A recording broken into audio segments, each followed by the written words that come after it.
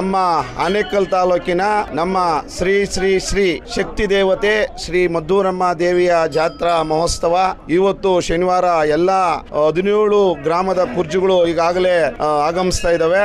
ಆ ತಾಯಿ ಜಗದಾಂಬೆ ಜಗನ್ಮಾತೆ ಅತ್ಯಂತ ಶಕ್ತಿಶಾಲಿ. ಎಲ್ಲ ಸಮಸ್ತ ಎಲ್ಲ ಭಕ್ತರಿಗೂ ಆ ತಾಯಿ ನಮ್ದವ್ರಿಗೆ ಒಳ್ಳೇದ್ ಮಾಡ್ತಾಳೆ. ಇವತ್ತು ಇಡೀ ನಮ್ಮ ಕರ್ನಾಟಕದಲ್ಲಿ ಎಲ್ಲಾದ್ರೂ ಇಂತಹ ಒಂದು ಶಕ್ತಿ ದೇವತೆ ಸಾಧಾರಣ ನೀವು ನೋಡಿರ್ಬೋದು, ಲಕ್ಷಾಂತರ ಕೋಟ್ಯಾಂತರ ಜನ ಈಗಾಗಲೇ ಬಂದು ಈ ತೇರುಗಳನ್ನ ಆಗಮನ ನೋಡ್ಕೊಂಡು ಹೋಗಿದ್ದಾರೆ. ಈ ಉಸ್ಕೂರಿಗೆ ಒಂದು ಹೆಮ್ಮೆ. ಆ ತಾಯಿ ಜಗದಾಂಬೆ ಎಲ್ಲರನ್ನೂ ರಕ್ಷಿಸಲಿ, ಎಲ್ರಿಗೂ ಒಳ್ಳೆ ಆರೋಗ್ಯ ಆಯುಷ್ ಯಶಸ್ಸು ಕೊಟ್ಟು ಕಾಪಾಡಲಿ ಅಂತ ಈ ಸಂದರ್ಭದಲ್ಲಿ ಕೇಳ್ಕೊತೀವಿ.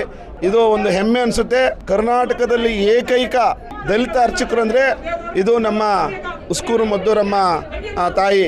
ಆ ತಾಯಿ ನಮ್ಮದವ್ರನ್ನ ಯಾವತ್ತೂ ಕೈ ಬಿಡಲ್ಲ, ಸಮಸ್ತ ಭಕ್ತರಿಗೆ ಒಳ್ಳೇದು ಮಾಡ್ತದಂತ ಈ ಸಂದರ್ಭದಲ್ಲಿ ಹೇಳಲಿಕ್ಕೆ ಬಯಸ್ತಾ ಇದ್ದೀವಿ. ಈ ರೈಲ್ವೆ ಟ್ರ್ಯಾಕಿಂದ ಕೆಳಗಡೆ ಇರ್ತಕ್ಕಂಥ ಹಳ್ಳಿಗಳು ಅಲ್ಲೇ ನಮ್ಮ ಎಲ್ಲಿ ರೈಲ್ವೆ ಗೇಟ್ ಹತ್ರನೇ ನಿಲ್ಲಿಸ್ತಾರೆ. ಇದು ನಮಗೆ ಒಂದು ವಿಪರ್ಯಾಸ.